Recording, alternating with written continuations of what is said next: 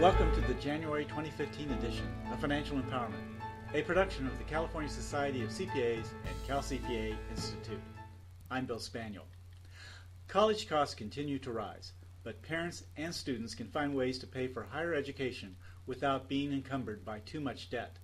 We talked over Skype with Larry Pond, a Redwood City CPA, PFS, about student loans, scholarships, grants, and how to keep college costs under control. Hello, Larry. Welcome to Financial Empowerment. Hi, Bill.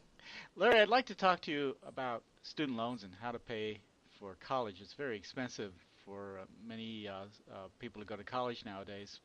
And obviously a lot of people, a lot of students borrow through student loans. But before I get into that, I wanted to ask you, what are some of the things that students and parents can do before they even consider applying for student loans to reduce potential expenses? Well, Bill, it depends on what stage of life we're talking about. Are we talking a newborn, a preschooler, elementary school, junior high, or high schooler? So the answer is going to depend on what stage they're in. Now, the advantage, if you're younger, you have more time to save for college. And that's the best way to pay for college, is to save for college, especially through a 529 plan. Mm-hmm. And we can ask grandparents, friends, and relatives to also contribute to that plan. If done correctly, about a third of your college education will be paid for by tax-free growth in the 529 plan. Mm-hmm. And that's great when you have younger students going to college. However, that gets a little more challenging when it's someone that's in high school, especially when they're a senior. Right. And they've saved nothing for college. And that's going to be a lot more difficult. However, the way I look at it is we want to make student loans the last thing we look at. We should look at other sources of funding. Such as? Scholarships, grants, other ways of paying for college before we get to the student loans. Almost every college has a very robust financial aid page. Mm-hmm. So if there are colleges you're interested in, and I recommend looking at all of them, take a look at their financial aid page, because a lot of colleges want you to go there and they want you to be able to pay for college. And so they'll have various scholarships. It could be a lot of schools have what's called a president scholarship. It could be alumni scholarships, which would be outside the university. Of course, there's the federal grants, the state grants. It also depends on the university. If it's a public university, you take a look at what kind of state aid is available if it's a public university. Now, you mentioned scholarships and grants, but there's a difference between the two. What exactly is that? Right. So there's two kinds of grants that you would get. They could be need-based or non-need-based. So the need-based will be based upon your financial ability to pay for college. And the non-need based is irregardless. It could be based on merit, could be special talents, or winning a contest, winning a speech contest, an essay contest. Some scholarships are art contests. So there are things you can do to get money for college. Mm-hmm. If you're musically inclined, there are contests you can participate in music. Obviously, well, not necessarily obviously, but many people can go through like their parents' company. Sometimes I believe parents' companies offer scholarships to employee children, and there also, as you point out, there might be specialized scholarships endowed by musicians or even a family with a particular last name. I believe there are things like that. But what I'm asking you is that scholarships and grants are two different types of funding, right? And there is a major difference between the two, and I'd like you to talk about that major difference between what a scholarship requires a student to do compared to what a grant might require a student to do. Okay, a scholarship is generally privately funded. In general, it's generally funded by private individuals or a company or an organization or civic groups or whatever, and they usually have certain criteria. Locally in my area here, we have an award that's for community service, and so the student will apply for the scholarship and talk about their community service, and then every year this organization grants about 50 scholarships to various students for what they've done in the area. So scholarships are generally merit based. Grants could be need based. A lot of grants are need based, or it could be an underrepresented group of a college. They would like to get more people into that group, from that group into the college, and some of them are federal grants, like the Pell grants. In California, we have the what do they call it? The Cal grants, right? And then the various grants related to that. The two resources that are really worth looking at is the federal financial aid website. You type in your computer student aid on the web. That takes you to the Department of Education website. And that shows you all the types of financial aid there is, starting with grants, scholarships, and loans. All the various types of loans are available. And they even have a search engine for scholarships. So click on that. Well, sticking with scholarships and grants, what if you have one or the other and you are in college but you drop out? Right. Do you have a financial obligation to pay back either one of those? Good question. And that depends on the specific scholarship or grant. Some are annual, so if you're there for the full year and you make it through the year, you don't need to pay it back. Some expect you to graduate, and if you don't fulfill your obligation, you are obligated to pay back. So it depends on the scholarships, and it depends on the reason why you dropped out too. Sometimes it could be beyond your control. Well, let's go to student loans, which, as you explained, should be probably the last resort, because what are some of the options for student loans? How do you go about getting one, and what are some of the requirements for getting a student loan? Right. Well, the starting point for any financial aid is to complete the free financial aid form, the FAFSA form, and that's going on around January, February timeframe of every year, and that's the starting point of all financial aid generally. And then there's another form, the CSS form for the private universities. So that's the starting point. And what that information does is that it helps figure out what the student's financial need is going to be.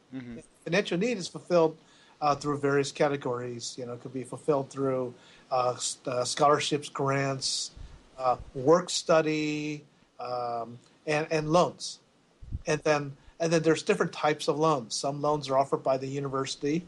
Some loans are federal loans, if you qualify for subsidized loans. And there's unsubsidized loans, which would, of course, cost more.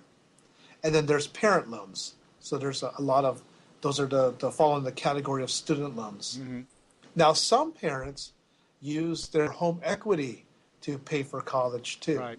And we have to be careful about using home equity because in general, not all of it may be deductible.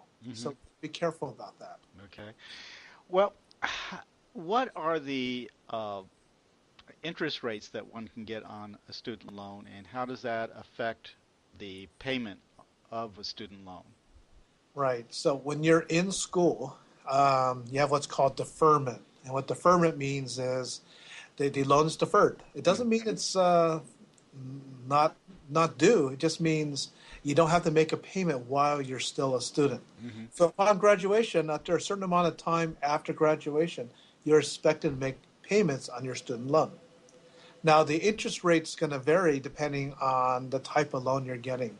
And there's a pretty wide range in the loans depending on which loan program you're working with. Sometimes the universities can offer some very low-cost loans. It might even be less expensive than a subsidized loan. But it'll vary. You have to read the fine print, and these numbers change almost every day. So you have to read the fine print very carefully. Read the fine print and shop around, so to speak, right? Exactly. And also, while you're doing that, if you do have to use student loans to pay for your education, the first thing you got to be careful about is borrow only what you need. A mistake a lot of people make is they borrow as much as they can because they can, and then when they graduate, they find out they owe a lot of money.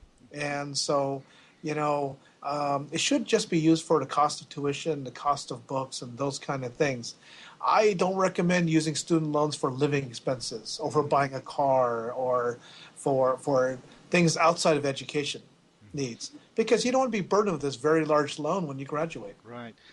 Well, ideally, when you graduate, you get a job.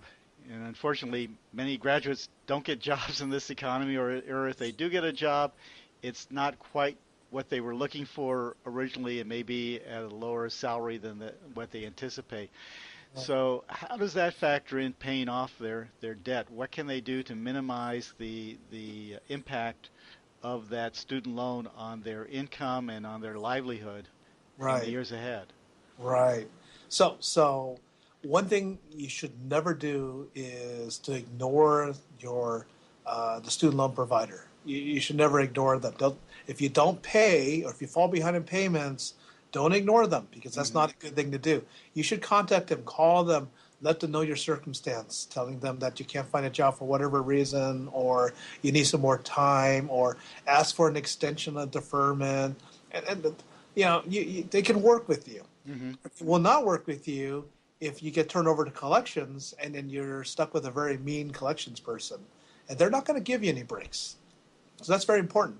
The other important thing to look at is, okay, what kind of loan payoff programs are there? There are certain occupations that will pay off your student loans, and it's worth looking at.